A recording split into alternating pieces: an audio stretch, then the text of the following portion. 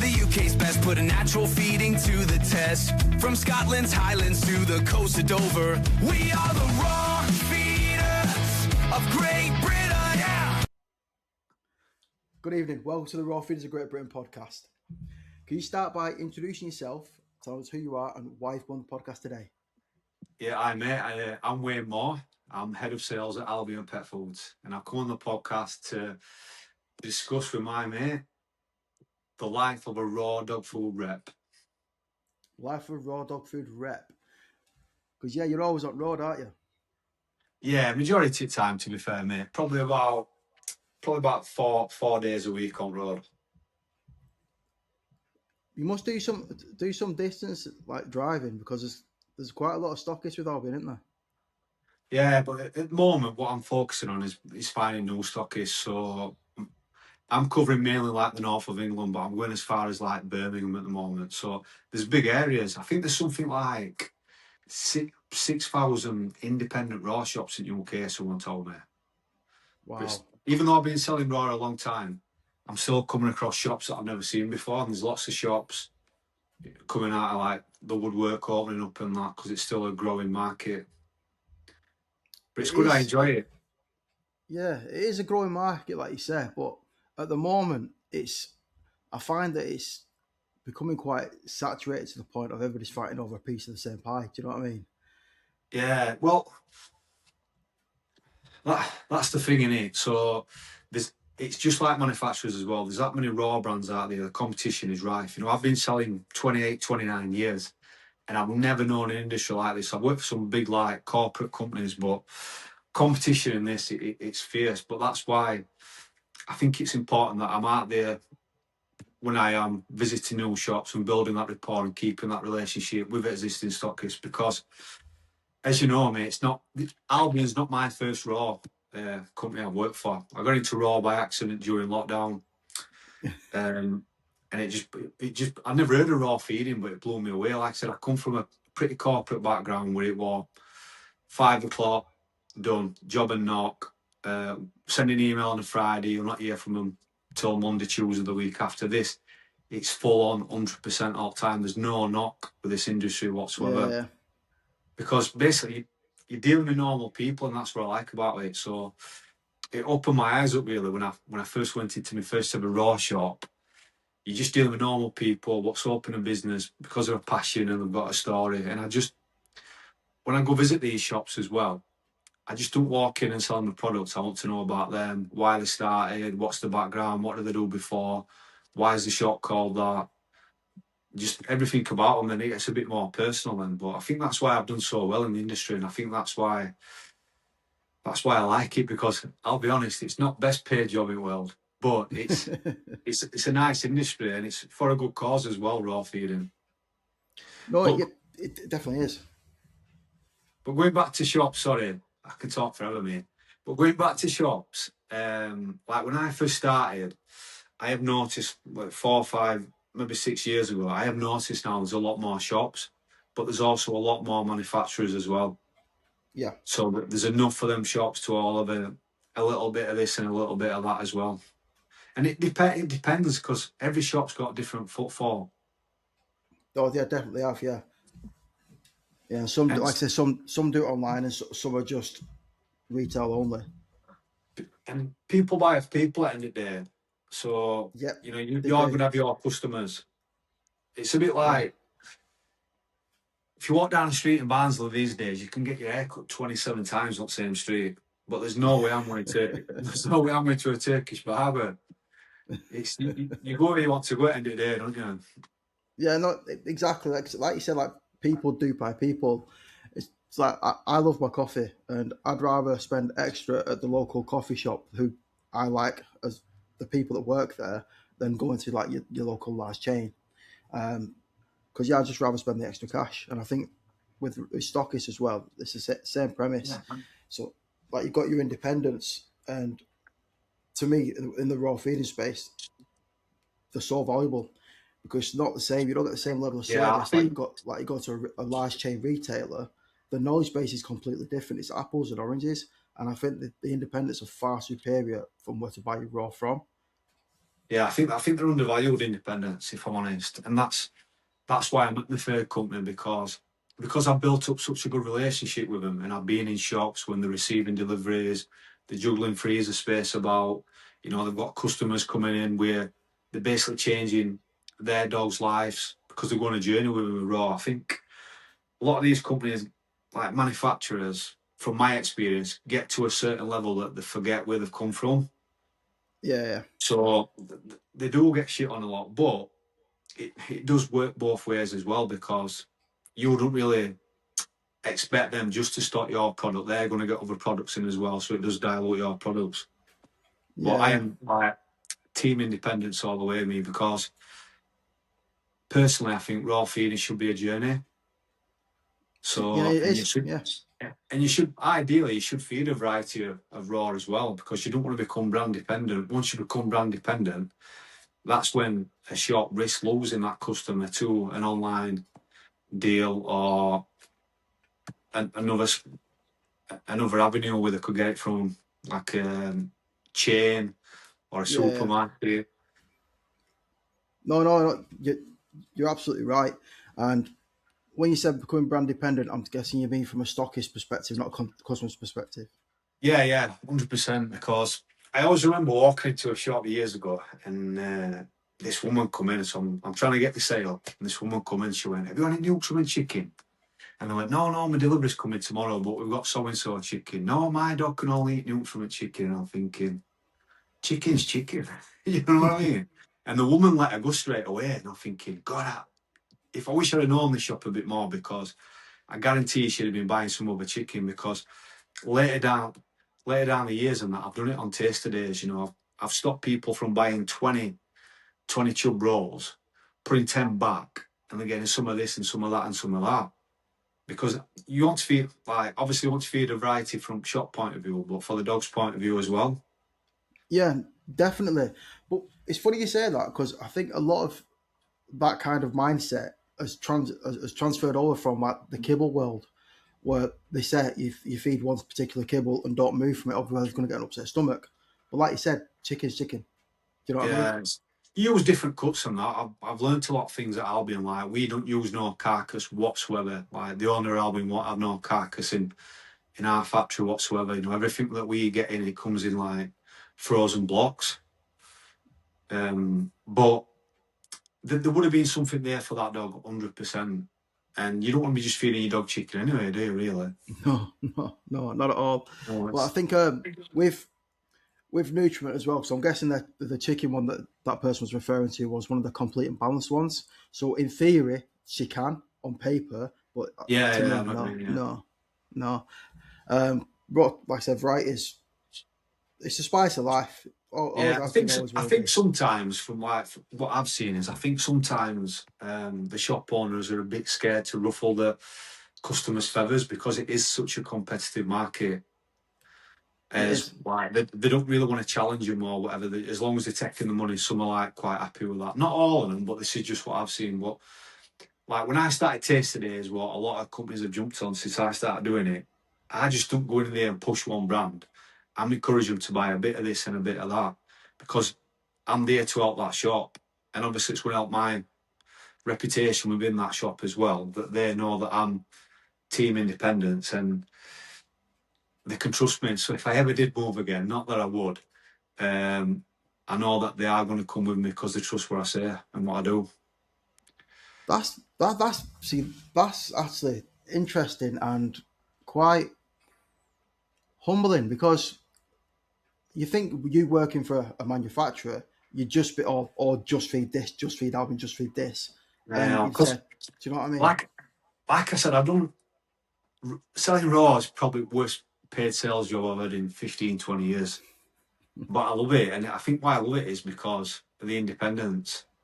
Because like, you go to Asda now, there's no customer service. Everything's self-scan, Yeah, everyone looks miserable and that. But what I like about going into the shops, especially new shops, meeting them for the first time and that, is breaking down the barriers, getting to know them, asking why they got into it. Because 99% of shops have got a story. And what got 100%. Yeah, me And what got me years and years ago, like when I got a random phone call offering me a job to work in Raw, like during lockdown, uh, I'd never heard of raw feeding, and I had my last dog in my 30s, and I didn't know anything about raw feeding. But me as a person, like I'm 44 now, but from like 20 to 30, I did like competitive natural bodybuilding. So I've always like took a keen interest in what I eat, but I didn't know it was the same for dogs.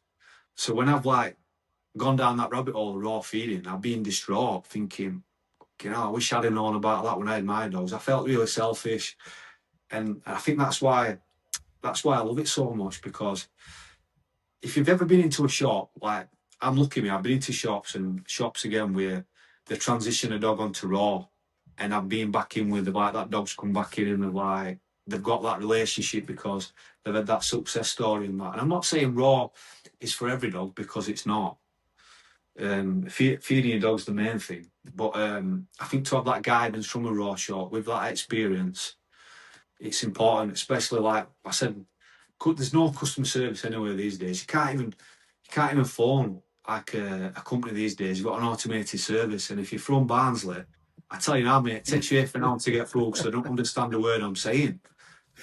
It's crazy, but that's why I'm like team independence. But there's nothing wrong with going in different avenues, but for me personally, I've got to work for somewhere where the focus on independence, because that's what I believe in.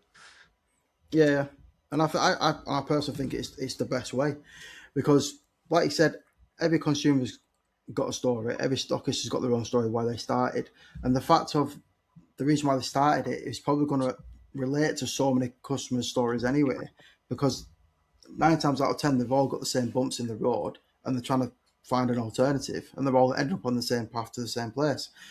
But with, I find, like say, using like your large retailers, is when a dog's got an issue with a certain product, and they'll go in there, and the attitude is more of, I don't know, we just sell it. Do you know what I mean? There's no additional steps of support.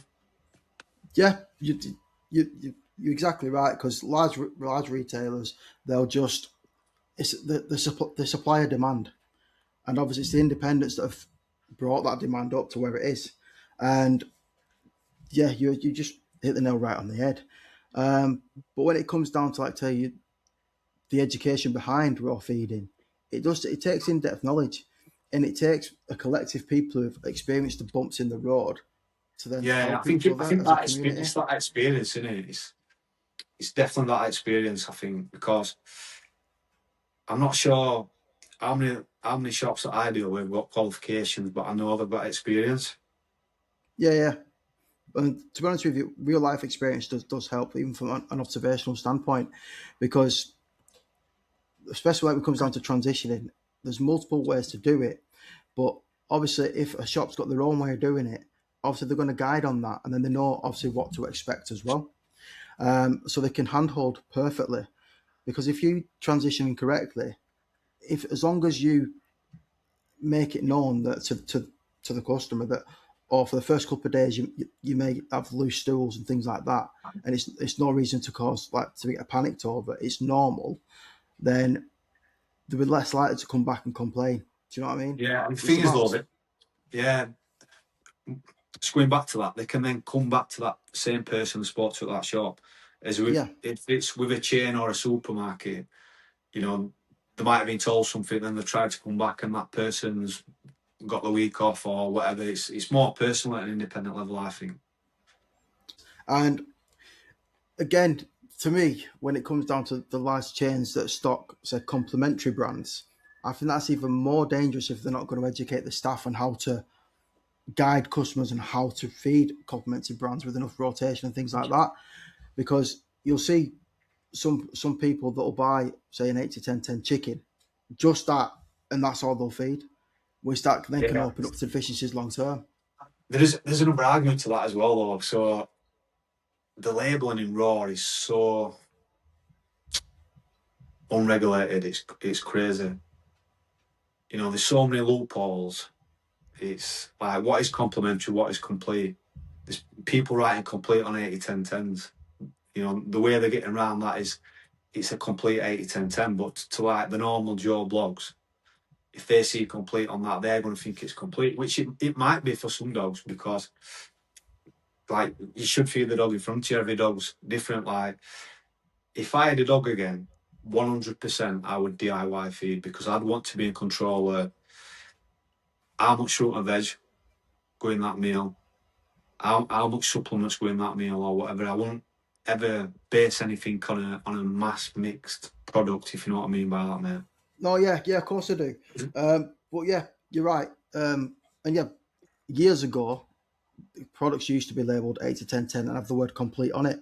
But thankfully, a lot of them stepped away from that now, and I don't even think they put 8 to 10 on it anymore either, because a lot of people was presuming that complete meant FEDIAF complete and balanced, which it Yeah, didn't, and that's what led to issues. there's still a lot, and most completes won't, like most completes won't, the fruit and veg in it won't have 10% bone in it. You know, they'll have like 3, 6, whatever percent. But again, it's just guesswork and it's ratios. Like Albion's complete so Albion used to be a white label product before the new owners come and bought their own factory, and their complete was a recipe that Caroline Griffiths did for that company, and that's being passed off as a complete by trading standards because it's got like an added vitamin pack in it. Yeah. So what they're saying is because it's got the added vit pack in it, a dog can have that food every day for the rest of its life because it's getting the correct vitamins and minerals with the balanced meal. Yeah, no, that's right, and that's the difference between when something's complete and balanced under the FEDIAF guidelines versus stuff that's complementary. Because a complementary feed it's not complete and balanced. It's not formulated. It's not meant to be complete and balanced to provide everything that the dog needs. You've got to do it yourself on a DIY basis. But that's what I was saying from a retailer's perspective, especially for a large chain. If you're going to sell those products, you need to educate your staff on how to advise on it and what to add into them all and things like that to help bring it up to the FEDIAF standards, because that's the framework that we've got to work with. I don't agree with it personally. I don't think it should apply to fresh foods in general, but that's the framework that they've got to adhere to, for compliance and things like that. So yeah, I think stockists, like I said, they know all this. They know what they stock. Yeah, they know it in depth. the thing is, like, if you're buying raw from a raw shop, they're raw feeders.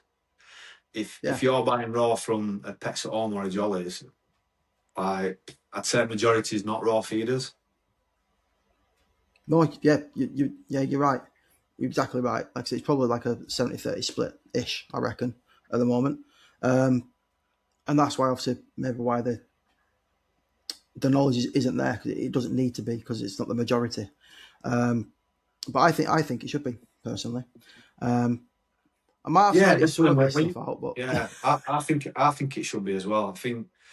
I think it should be same for new shops starting up. I think there should be something that, I don't know, like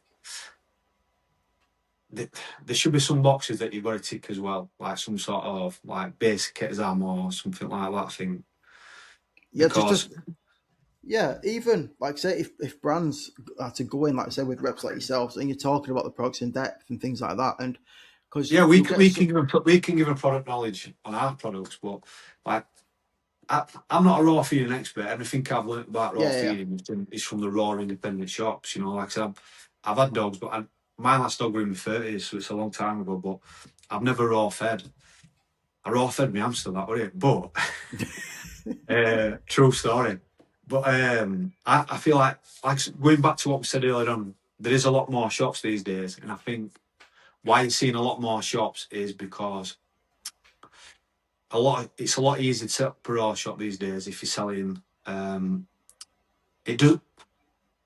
I'm trying to word this where it don't sound bad, but it's a lot easier, I think, now to set up a raw shop than it will have been like 10 years ago, because you can just open a shop tomorrow and get in £1 chubs.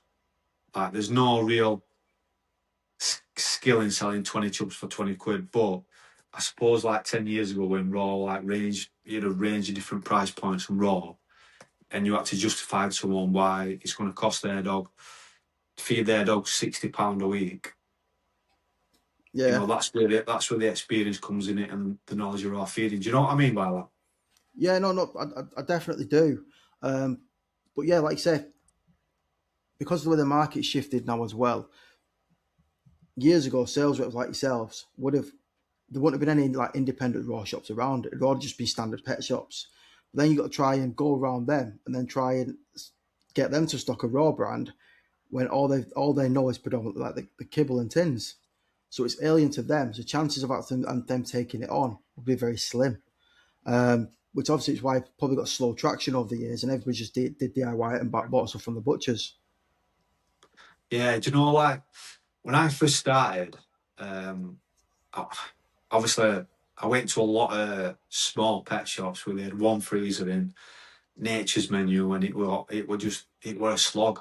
And then when I went into my first ever proper raw shop, like full of freezers, different brands and that, I thought it's just different level this, and they're the type of shops that you want. But again, over years and that, I've walked into pet shops where it's been full of dog beds, no raw dog food at all, and now they've got 2, 3, 4 freezers in selling raw because it's a lot. Raw is like a fast moving good, isn't it? And Yeah, that's good for cash flow for shops. Like, how often do you buy a dog bed or yeah, exactly. 10 kilogram bag of kibble? Yeah, no, you're right. You're exactly right.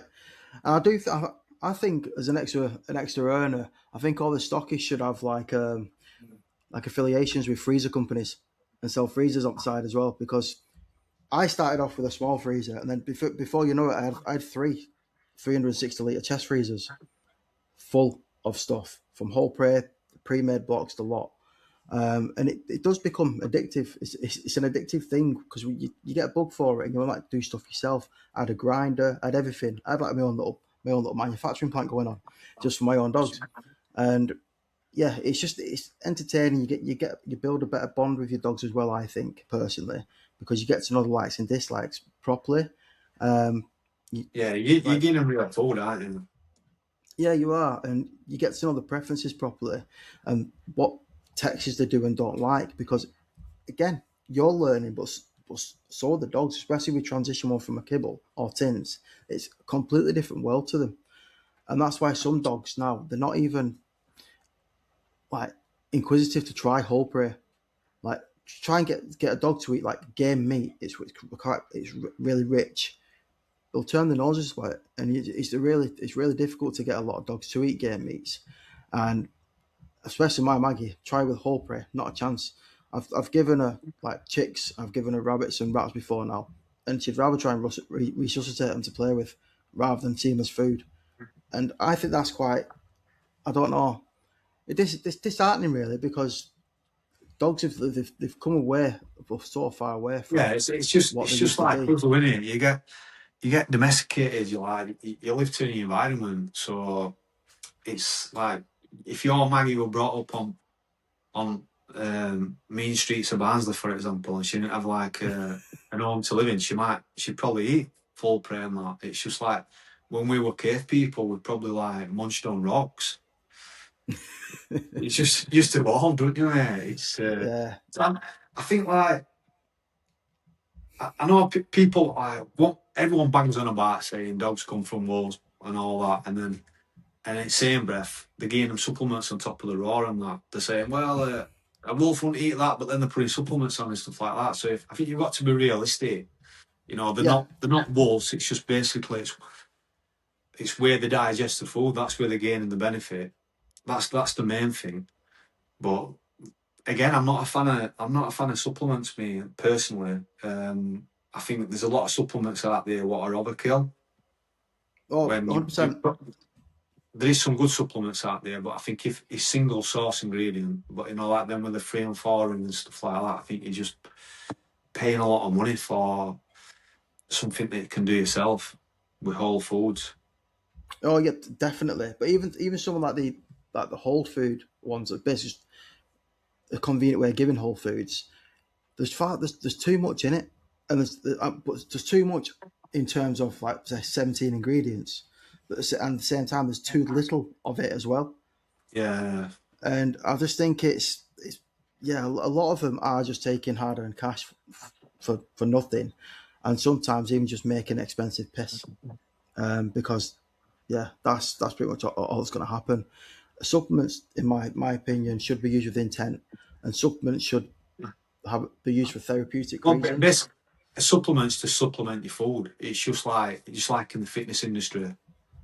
You know, if you're working out, you're having protein powder 3-4 times a day. Listen, you, that ain't no good for you. That, like, especially these days with all sweetener and false sugars and that in it. You know, your gut's going to be in bits from all milk and all the way as well. You can get better protein from a chicken breast or some salmon or some eggs and that. It's exactly the But yeah, same. But I think you pay just for convenience. Everything's just convenience, isn't it?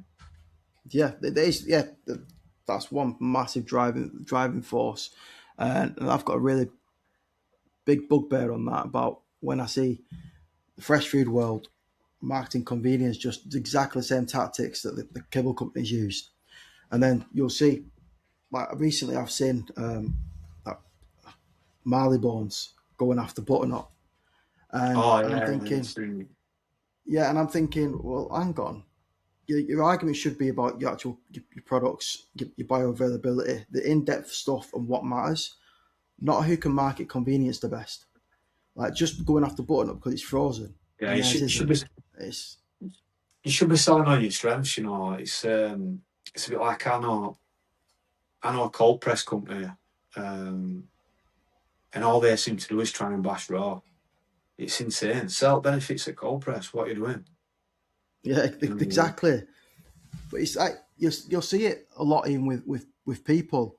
They'll they'll bring someone else down to try and make themselves rise, and it don't work like that. You can't live your life that way, in my opinion, because you're staying in the same place. You've just brought them down. You've not gone anywhere. Do you know what I mean? Yeah, it don't work, does it? It's a bit like if it's a bit like, if I don't know, say me and you was competing for the same lass, and all I'm doing to that lass is slagging you off. Subconsciously, she's going to be drawn to you because she thinks I'm not better. Do you know what I mean?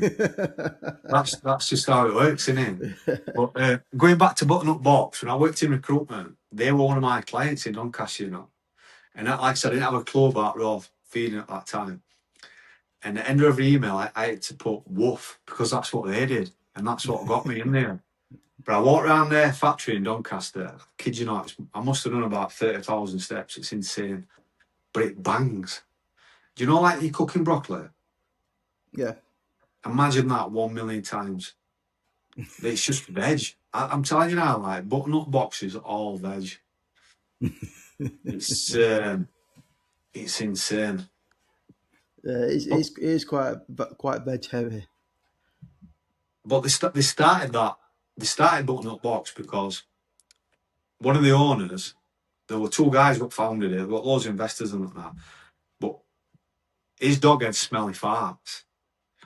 So the other guy was a chef. So then they started to cook like something like that anyway, and that's how they created button-up box. See, even manufacturers have got a backstory, haven't they? Yeah, And 100%. but even still, like you'll see, like you said, like brands and manufacturers again. Sometimes they'll throw digs at each other and stuff. But in the fresh feeding world, I think we're all on the same side.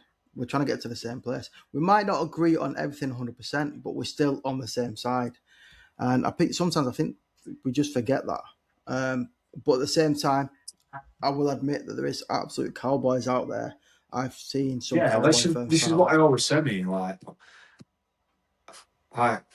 my phone never stops. Honestly, my phone never stops. There's no switch off. But a lot of people do call me and say, "Wayne, what do you think about this brand? What do you think about that?" And I always said to people, "Ask the backstory. What's the background? Why have they got into raw? Do you know what I mean? Because raw, like making raw dog food is pretty easy, but to make it safely and correctly, it's not. Yeah, Because I we've appreciate that. seen that with companies what's like come about in the last 2 or 3 years. There is different levels to making raw dog food, 100%. But these are questions that like independents should be asking, and most are. What's your background? Why did you get into making raw? It's like I speak to a lot of other manufacturers, me, and if anyone's ever spoke to like Sam from Reggie's, like their background's me, so straight away you've got trust. They used to Yeah. supply it to another raw manufacturer, and that's how they got into it. Well, which again is that's interesting because you'd rather use a manufacturer or a brand that specializes in what they do. It's like, why would you, like, I don't know, why would you like go buy your dog's food? I don't know, like you wouldn't go buying from like a chocolate company, would you? No, I don't. Yeah, 100%. It's a bit like See having a what I did fat there? PT, isn't it? Yeah, but no, honestly, it's like I think the market's changed, especially since I've started, and it is more price dominant. Like because I've always been someone that's always interested in like labeling, and I asked loads of questions. You know, if you ever went shopping with me, I'm a nightmare.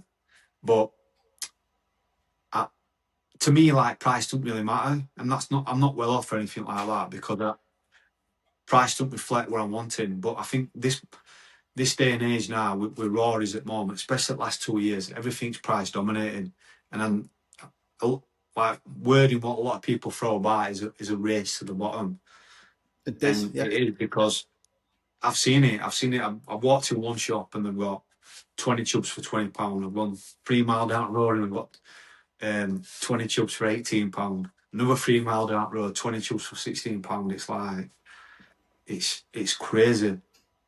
No, it definitely is, and that's exactly what I was trying to explain before at the start. Is it's everyone's just fighting over the same piece of pie, but at the same time they're shooting themselves in the foot. They shouldn't lower the prices. They need to sell their service because, like I said, people buy people, Exactly. Yeah. and they'll pay whatever you're charging for the support for to buy it from you. Like I said, they can buy it anywhere, but if you make your service 10 times above the rest, you don't have to worry about your prices. Yeah. There's some amazing shops out there that I just love going in there. And like, there's one shop in particular, I'll not name them, but every time a customer comes in, a regular, they greet him like it's first time they've ever met him. Like energy in that shop, like why would you want to shop anywhere else? You know, you Yeah, get to no, fetch your dog in, your dog can look around, you've got a variety of like natural treats and that as well. It's enrichment, it's a day out for your dog, isn't it? it definitely is. And like I said, I like the ones with like the pick and mix style setups because I used to love going to Woolworths as a kid, and I was just Yeah, thinking me my dog's got that experience now. Do you know what I mean? stealing from pick and mix. True story. And I they got do. caught. I'm going to say I got caught shoplifting at Woolworths, but I should have said that. It would have fountain pen as well. I Couldn't even write. well, do you remember remember the cinema? But you know they used to have the pick and mix stuff. Like they used to have the big massive gobstoppers. Remember them? Yeah, yeah, Well, I used to get the gobstoppers, but I used to bury them with popcorn. I'm not paying for them. I used to buy the popcorn and just bury everything underneath. yeah. We up. When them self scanners first come out, I think it's just like a little buzzer, what in here. When them self scanners first come out in the supermarket, you'd be like that when you slide it across really quick, but it won't pick it up and that. I think it's just that adrenaline. I'm not a thief, by the way. Do you know what I mean? I'm not a thief. It's just when I was young and dumb. Do you know what I think? Everybody's had that rite of passage, like taking free grapes and stuff from supermarkets and things like that, and eating them as they're walking round. We've all done it, and anybody that says Yeah, they don't are fibbing. especially 100%. Woolworths. Yeah, Thing is though, if you got like one of them really chewy toffees, it will like, I need to chew this before I get to the till or I'm in trouble. Like, I'll go to when the shop Woolworths down, but it was funny. do But you know no, what? that's like I said, it is like these independents, they offer it all really. And I Yeah, think they, that's they, they where do. I think that's I think that's where raw feeding should be pushed, if I'm honest. And there is so many like brands out there who are only selling to independents. There is a lot.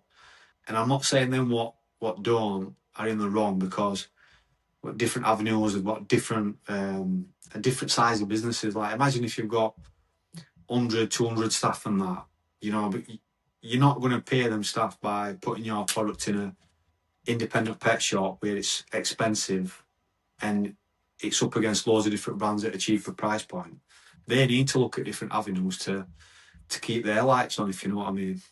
No, yeah, yeah, definitely. And obviously, it depends on, like I said, a manufacturer's whole intention. If they want to start, say, going international, then obviously they're going to start looking at big retailers that are in Yeah. international You know, locations. the only thing that I don't like is what this is why I feel independents get shit on is the big online deals. You know, where they offer like subscription deals and that. To me, that's naughty. That because you are potentially taking away a customer away, even if they come away for a month to take advantage of that deal. You still lost that shop a month's income of raw food and natural treats, aren't you, potentially? Yeah, 100%. And the thing is, as well, it's built differently.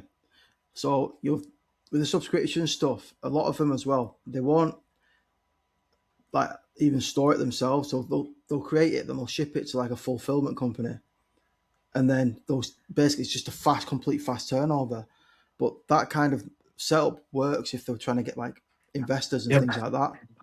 I, it's one of the companies that I know, basically they just send it out via DPD. And to me, I've always thought it's strange because, say if I don't know, I've got an order in 100 kg of raw dog food and I'm sending it to a shop, but then I'm sending 8 kg to Joe Blogs and via DPD, and DPD manipulate the temperature of that parcel. Joe Blogs isn't happy, wrote all over Facebook, wrote a bad review. DPD's manipulated temperature of that 100 kg I've sent to a shop. They'll contact the rep or the office. We'll get it sorted. Sending the order out. Get compensation. Well, you don't get compensation from DPD, but do you know what I mean? So, for sake of like 8 kg, you've cost yourself probably a bad review. As when you're dealing with direct independents, they understand that. So they get that like DPD stands for damaged parcel deliveries. It's so they get it. So you're not going to get that. You're not going to get that bad backlash because delivering 8 kg to Joe Blogs down the road writes a big status on Facebook. That's potentially damaging to your business, isn't it?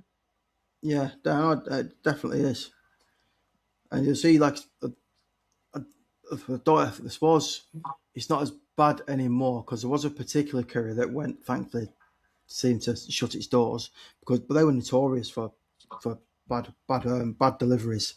Like even says like say it can't be like it's got to be signed for, or it can't just be said left in a safe place or anything like that because it's raw and it needs it's perishable. They didn't care. They used to chuck it over fences and everything. Do you know what I mean? DPD are bad, to be fair, mate. There's always, you can go so long and there'll be some issues with DPD. It's that, you know what, you could make £1 million a year. I would not be a delivery driver. Like, pressure on that job is absolutely insane. You know, since lockdown, the amount of parcels that people get, it's nuts. No wonder they all look miserable. It's just target after target, isn't it? It's Yeah. like I drive a lot, but basically I'm driving to like 3, 4, 5 shops a day. Not they must have like 100, 200 drops. It's nuts. It is insane. I understand why they're in a rush, but I always feel sorry for the ones that say they've got a raw delivery and it's to a block of flats and they live on top floor and the lift's broke. Oh, They're the ones I feel sorry for. so I graph like. But no, that's the only thing I think that independents get shit on with a bit is the online deals. But again, that's just my opinion. That's my opinion purely because I've got relationships with independents, and I think Yeah. when you've been to as many shops as me, I think you see things different. No, you definitely will. Like I say, you've seen more shops than I have.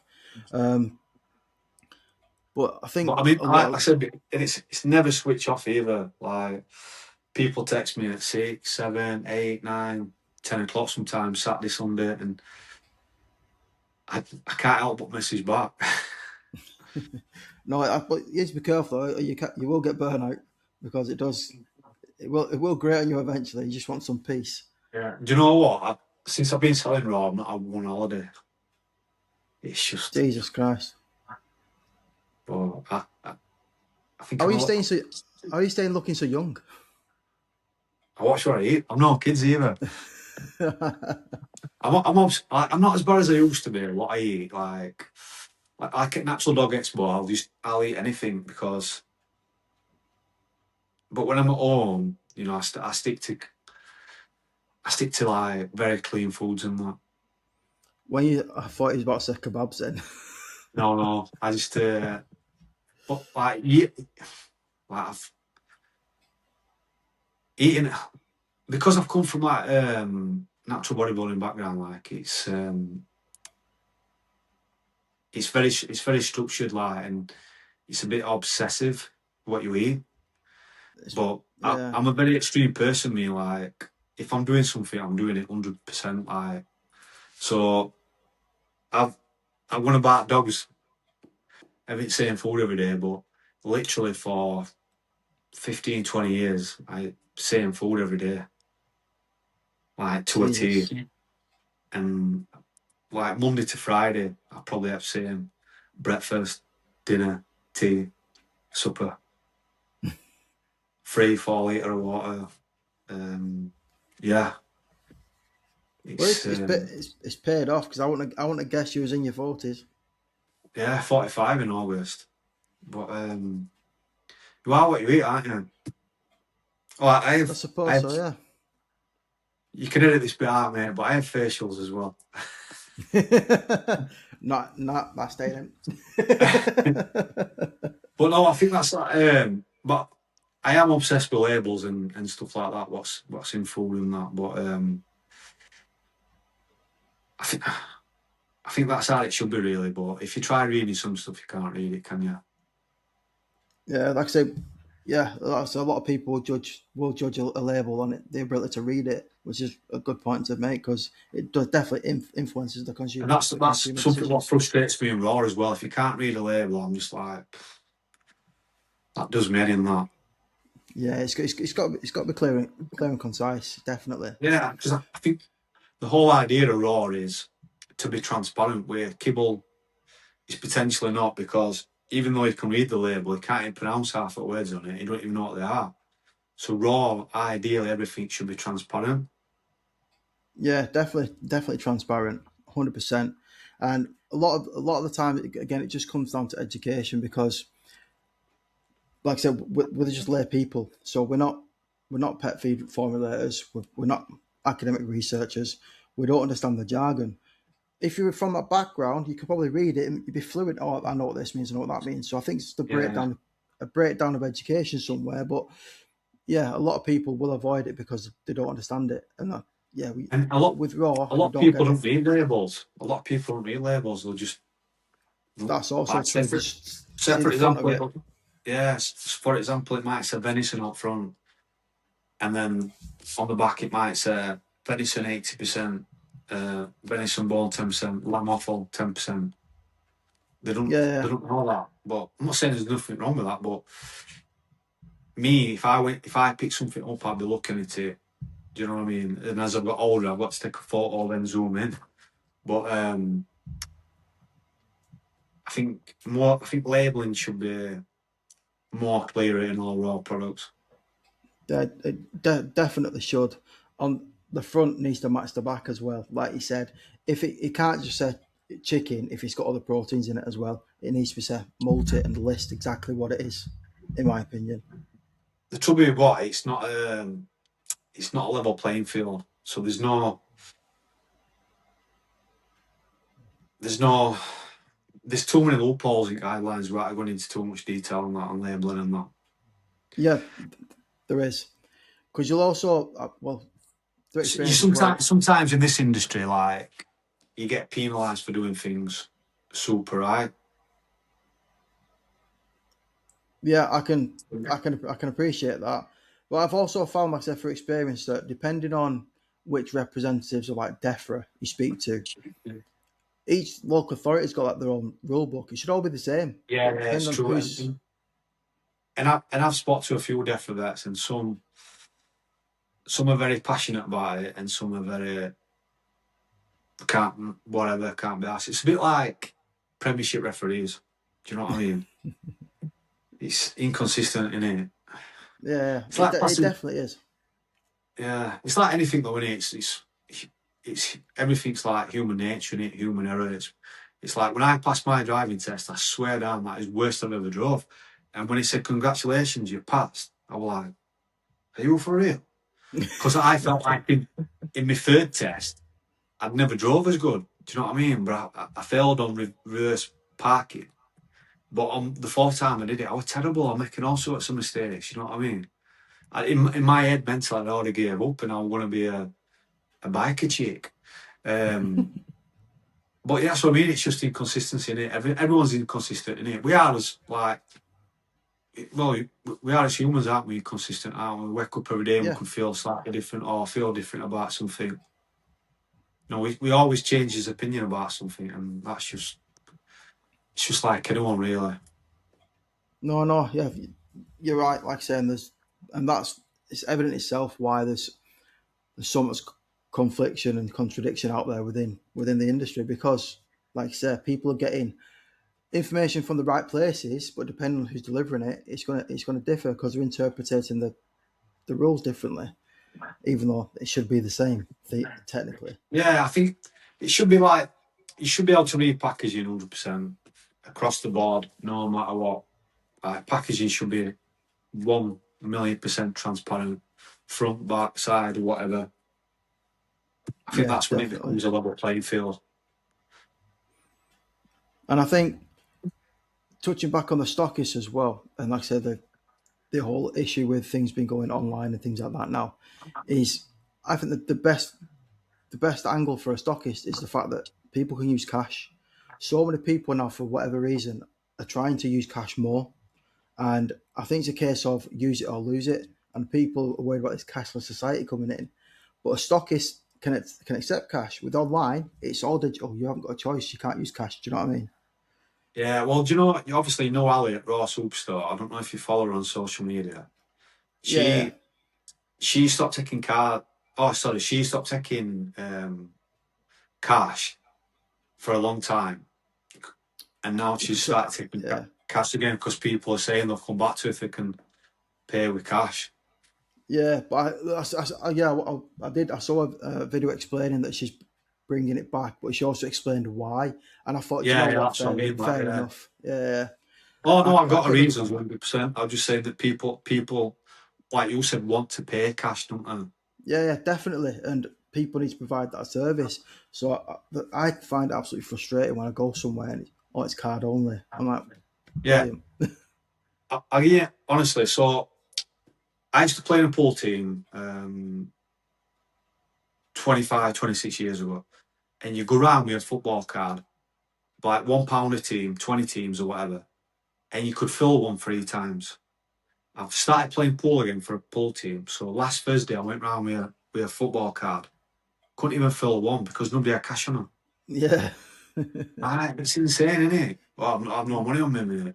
Like, it's just crazy world, isn't it? I've even seen the homeless with card readers now. Yeah, I've seen that. Definitely not homeless, have I? No, Honestly, I could talk about that all day, homeless people. It drives me nuts. no, It's crazy, man. the, But yeah, the like, genuine ones, yeah, but yeah, there's definitely scammers in that. 100%. When they've got better trainers on than you. You know what I mean? yeah, I think there's a documentary about it a while ago where there was like secretly recording them, and then there was like walking around to the back of the supermarket and getting back in the car and things like that. Yeah, I saw So that. Yeah. yeah, It's nuts, isn't it? yeah, it definitely is. Or they're offended if you give them cash, or get them a meal. Yeah, It's crazy, isn't it? But yeah. there's My this daughter, woman. Oh, I'm sorry. I was gonna say my daughter. Go on, mate. It's like we're dancing here, but no, I was just gonna say my daughter did that. a while back. She saw a homeless man and she wanted to buy him some food, so she did. And then I was watching from a distance. I saw him sticking it in bin. I was like, that's Really? yeah. Oh, that's so bad, that, innit? She didn't This is see what I that, but mean. I did. Yeah. So she'll have felt brilliant, but she'd have seen that, she'd have been demoralised, wouldn't she? Oh yeah, she would have been. Horrible get. But I just thought of something talking about cash. There's this one shop that I used to deal with, and she had 3 brands in a shop. So she had 3 safety deposit tins behind the counter, and she just took cash. She closed down now, but it was an industrial unit in South Yorkshire. So if someone come in and bought brand A, for example, she'd open brand A tin and put it in that. Brand B in that tin and that one nuts, that, like. But where she explained it made sense. So it was like, if there were more money in brand A, she'd use that to buy brand A or whatever. So she knew what she was fetching from each one. But then she closed down, so maybe not. No, she might have just Don't made try enough that. money Maybe and try retired. that. Yeah, it'll just make me laugh like. But yeah, they're all different as well, raw shops. That's what I like. They're all different in their own ways and that. So they're Different all like, personalities, yeah. yeah, quite quirky. What stockists in Grimsby, and she's like got pink walls and stuff like that. It's pink zebra walls, and it's just quirky, but it's her character. It's her, like, she's nuts. Well, it's That's good. that's different, yeah, definitely different. Yeah, like I said, then there's no one size fits all. They're all different. It's like I I first went, Pulch Park, didn't you? Yeah, So yeah. they were a stockist, a company I used to work for, but I didn't look on stockist locator, so I'm driving around and I went there by accident, and basically they just deliver. But I always remember like watching them, like, and it was just like poetry and more. Can't even say it. Poetry in motion, because where they're like unpacking and packing their orders, for the customers and that. It's like, have you ever watched a dog being groomed? Yeah. It's just like so relaxing and stuff like that, watching them in it, and that's just what I found about Poultry Park. I just thought it's like unique, packing orders and stuff like that, but where they did it and that. So it's just that they just don't just do online. There's no like retail Yeah, centre. yeah, they just ship out, but you wouldn't think that with size of them, would you? Like, they are quite a big shop. Will get recommended quite a lot. Yeah, and the fact that they're quite engaging on the social media side of it, you'd think they'd have a customer facing outlet. I presume they did. No, they've got so basically you can fetch your dog on there and rent some land for your dog to run about and that. Oh, like a secure field type thing. Yeah, secure field. That's it. Yeah. That, to be honest with you, there needs to be more of them. There's nowhere near enough of them. I think that's a good idea. I think there is, I think a lot of people are doing it. And another shop that I deal with, they're on a farm, and they've just, to get some more income, they've just started to do that on their farm as well. Yeah, it's a good idea. And like I say, it's just stops turning into like give it over to the developers and getting building on and things like that. Keeps Yeah, the I think Greenland you've happy a got. bit. Yeah, I think you've got to have add-ons as well. So a lot of raw shops have got like groomers, what rent space and stuff like that, um, or what wash and go. Have you seen them in raw shops? Yeah, yeah. Yeah, they're a good idea. Like washing goes, we can go in and wash your own dog and that, in showers and that, because they That's, are obviously.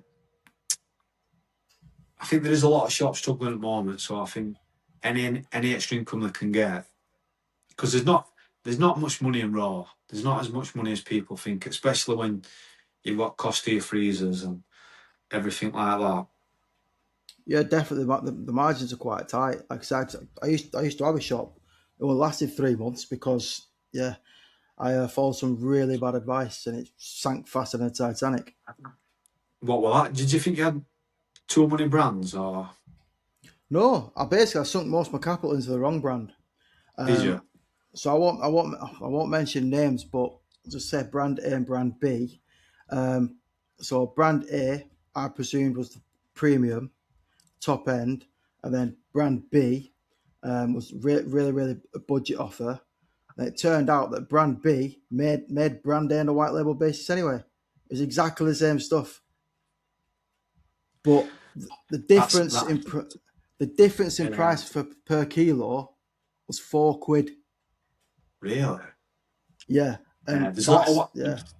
there's a lot of white labelling raw. I think that does me in a little bit as well because I feel like it's not transparent. And going back to what I said earlier, I feel like raw should be transparent. No, yeah. Well, see, the thing is, it's transparent in a way, just not as obvious because obviously all the DEFRA plant numbers are on the packaging, but Yeah, but who knows how to check it? well, some people do, but you're not going to check it, are you? It's not common Unless knowledge, though. yeah, it's just I don't know. I think it's a, it's a bit like if you're a white label product, you can put a lot more money into marketing and stuff like that. And Yeah, then because you don't have the all the the all other the overheads, overheads. yeah. Yeah, Yeah. But as well, it's like I go into loads of shops and they've got 3 or 4 brands got them made by the same person, and I just think you're squeezing your margins for the same product. It don't really make sense. like definitely doesn't. If you like, say, if you're getting true white label products in, but there was like I said, I don't know if you watched the episode I did with Carla. She basically said that there's a difference between white label and private contractor. So a white label would be, say, manufacturer A who says, right, I've got, say, 1,000 units of a specific product, and then they'll call these brands and said, do you want these? Do you want to put your labels on these? It's already been made. But private contractors works the other way around. The brands will go to them and say, right, I've got this. Can you make this? And it's bespoke. And that was the highlight difference between private contracts and white label, which I didn't know that. I just presumed white label was a universal term and it was all the same thing. But she broke down the difference between the two, but they're often used interchangeably and people understand the difference. And I was a bit like, oh, okay, fair enough. And I started to dig a little bit deeper, and yeah, I can see where she's coming from, because a lot of things I thought were just generic white label actually weren't. They're private contracted, and But yeah, but are they still made in the same factory? made in the same factory, but like I said, the ratios become completely different. The plant matter could be completely different and things like that. The sourcing of the meats and things like that would probably be exactly the same. Yeah. Like I say, But you get white labels with different, like slightly different ingredients and that, like, but it's still near enough same things, not. But saying that, what I learned a bit back is if you're, for example, buying wagon wheels, and then you buy Aldi's version of wagon wheels, they're made in the same place. yeah, see, yeah, and a lot of supermarket cakes, like whether it's M&S, Waitrose, Tesco's, Aldi, they're all made in Oldham at Park Cakes. Yeah. They all come out of the same factory. And it's So just, I suppose, like, I don't know, Marks and Spencers and Lidl might get the sandwiches made in the same place, but if you put M&S on a packet of sandwiches, you're going to pay more because it's M&S, aren't premium, you? yeah. Yeah. Same with clothes. You pay for the brand, don't you? Yeah, 100%. Pay for the logo, don't you? Yeah. But yeah, like I say, like that T-shirt you got on, instead of saying Albion, if that said Nike on it, it'd be 4 times price. Do you know what I mean? I don't know, mate. I've signed back of this, to be fair. Like, I want to auction off that and do a podcast. I'm joking. Do you know what? You probably could do that, at an event. You could auction off that T-shirt. Well, ideally, I want to go on with stockists a green T-shirt. I'm working on that. I want to, because I know Natural will do it, and I think it's class. How they've all got the T-shirts and that on. Yeah, no, I think it's good. Like I said, you're a massive face of, like I said, of Albion, and I think you do great things for them. I really do. Your personality sells everything. because I'd buy it because it's from you, not Yeah, well, necessarily what it is. thing is, like, I know there is a lot of other companies, other reps and that dissing me at the moment, saying, "Oh, what do you want to buy from that way before he moves about?" Well, listen, like I said earlier,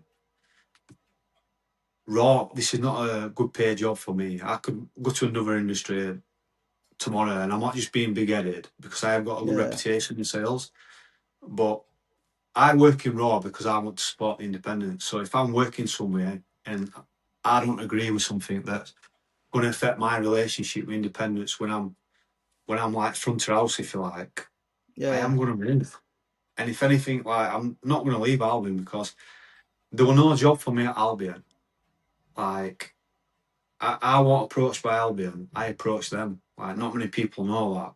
I approached yeah, them because I was reading such good things about them, and the main thing I was reading about them was the relationship, the customer service with the stockists. So it kind of like echoed what I am. So I knew it'd be a good match for me. And the only thing I had to say to Albion is, look, I can fetch growth to your business because I have got a, a portfolio of customers that trust me because they know that I'm honest and I'm not a sheep and I'm not going to like BS them about anything what's going on. yeah, And then it's just escalated from there. But it's a lot. Like Albion's not perfect, mate. Like, but they do things right yeah, and they do go above and beyond. And like because Jill she bought Albion for the right reasons for losing a dog buddy.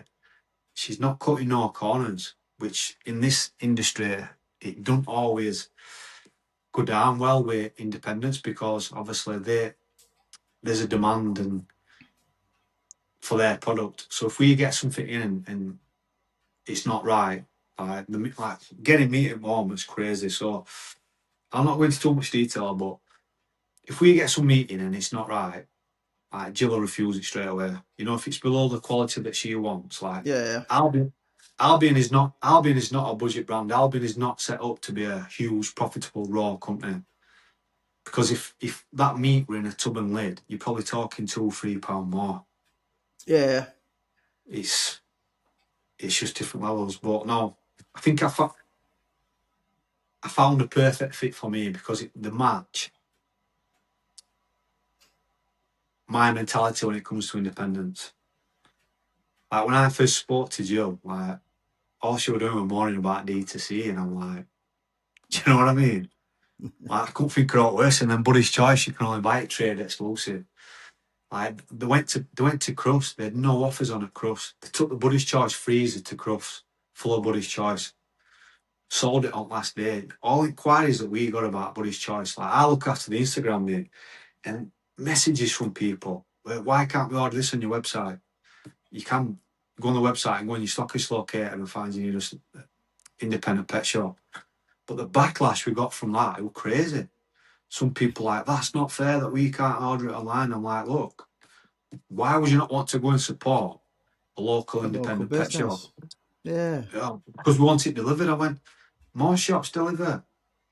Go support a yeah, local pet shop. But it's they think they're saving, like someone were messaging back and forth thinking they could basically get it cheaper online. I'm like, not from us, you can't. You know what I mean?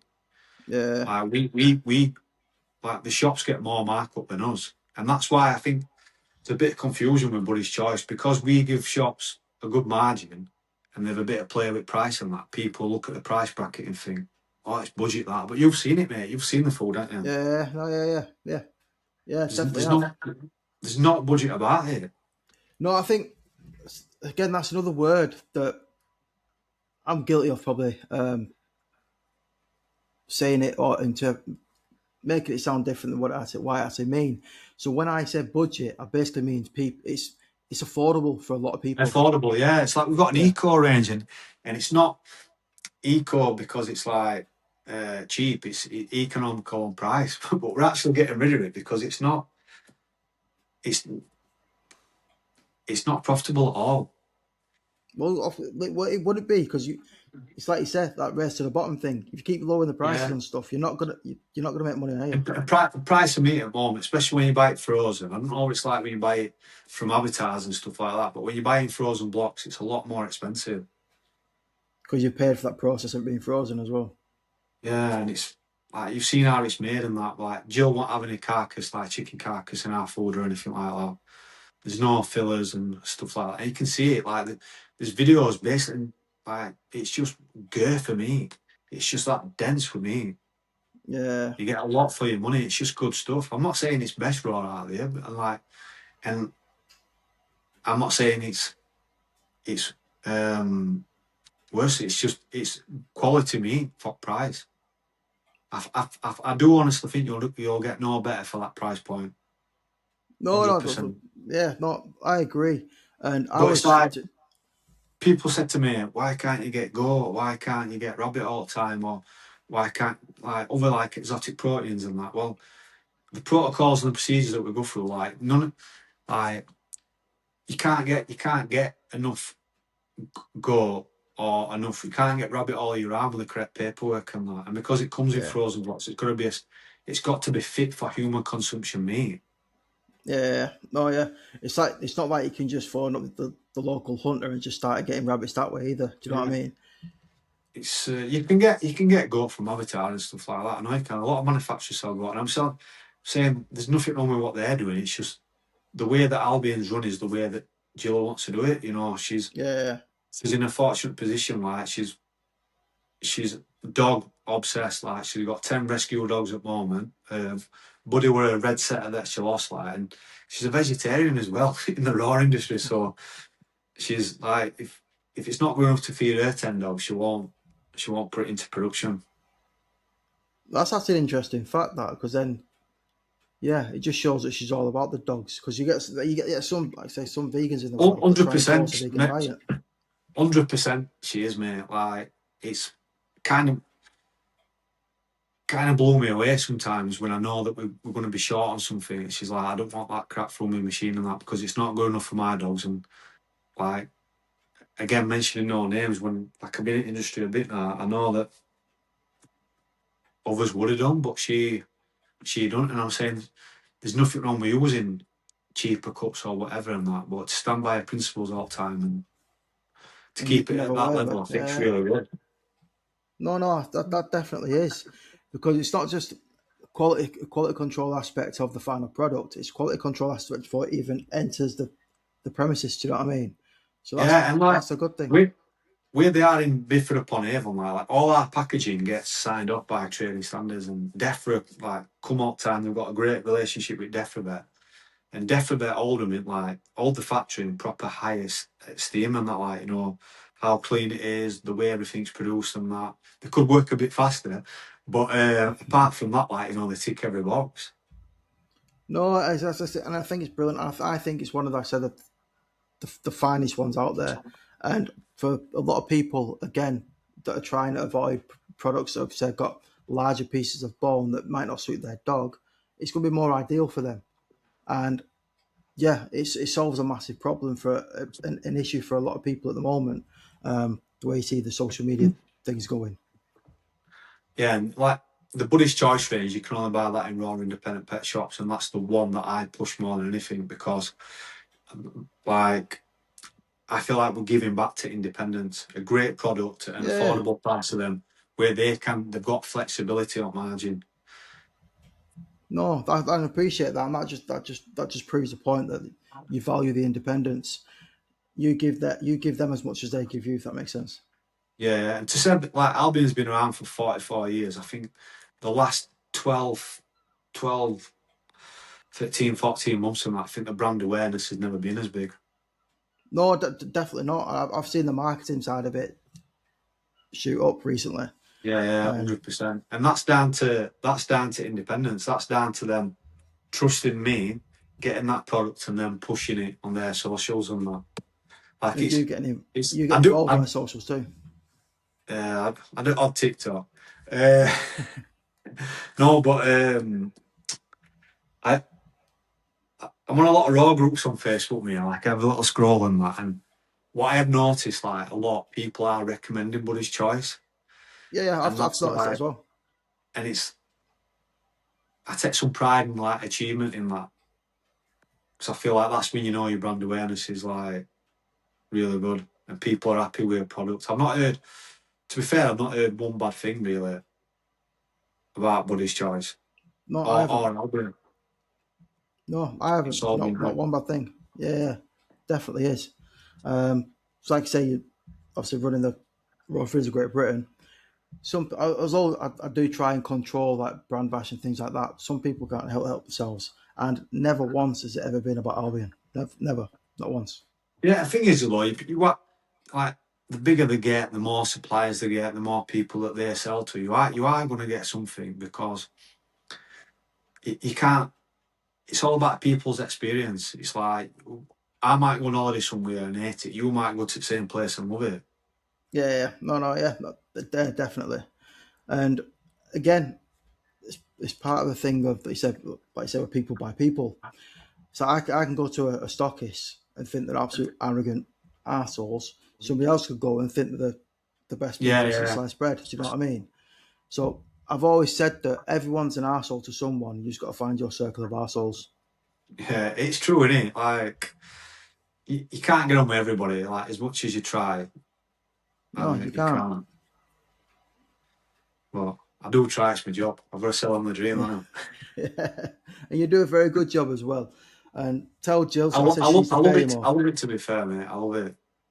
Like I said, it's a nice industry dealing with like normal people. Uh, Apart from Katie Martin, she's definitely not normal. But she'll not listen to this anyway, will she? Or will she? But I'm all joking.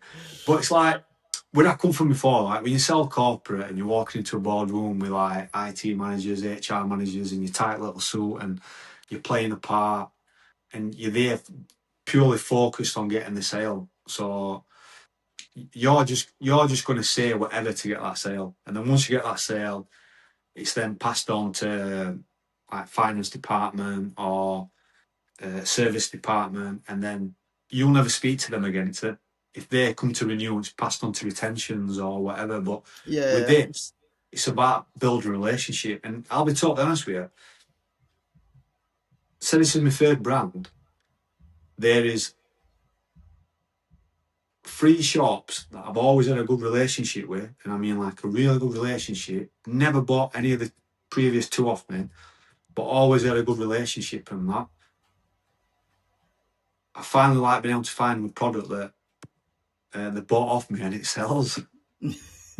Which is crazy, isn't it? Because if I'd have walked in there fully, solely focused on selling a product and not getting to know them, I'd have never probably heard from them again, would I? Do you know what I mean? no, exactly. And yeah, nobody likes getting pitch slapped as soon as you meet them. So yeah, the way you do it, the way you approach it's fantastic, and it does work. Yeah, I'm just nosy. And you got the gift of the gab. Oh yeah. Yeah, definitely got the Hey, gift of the gab. cheers, mate. You could sell cars on the side, make a lot of money doing that. Do you know what? I don't know a thing about cars. I'm all on driving them, mate. When you drive You as won't much need as me, to. it's just autopilot. To be fair, I first started selling when I was 16, door knocking, which were like rendering, texture masonry coating, knocking on someone's door. Then it was windows and doors, Safe Style UK. I say you buy one, you get one free. And now we're on a fortune there. And then it was mortgages. I've selling mortgages for years, secured loans, personal loans, and that. Then it was managed print, and then I did recruitment briefly, and then back to managed print. But this is the nicest sell by far. This like, but it's not really a sell. It's It not. sells itself. Yeah, basically, it's not. It's not for everyone. I don't sell to everyone. I'll go into. It's not. It's not for every shop or whatever. But selling raw, it's just a nice sell because I think it's something that it's beneficial in it. It's beneficial to dog. It's beneficial to shop. Beneficial to owner and that. Yeah, mean, no, it's it selling. definitely is. Yeah, it's just different. I just like it. I think I've never sold anything that I've kind of believed in. Like you won't believe if you saw me in one of my appointments trying to sell like 100 photocopiers to a department or Asda or whatever with all this technology on side, you'd be like, that ain't Wayne Moore. You know what I mean? Yeah. Like, look, posh voice and my tight suit, crossing my legs and that. You know, I'm playing a part, I'm playing a game, but Yeah. and Yeah. like and really, I've no interest in photocopiers or software or whatever, mate. But this, I'm like, you're forever learning, aren't you? With this, it's endless raw feeding and that. No, no, yeah, I can appreciate that definitely. Oh Jesus! Well, look at the time. You've gone well No, and truly over the hour. sorry, mate. We're doing well, mate. I was expecting 2 hours to be fair, like, but uh, I've enjoyed that, mate. I hope I ain't babbled on too much and I made sense, like, but no, no. But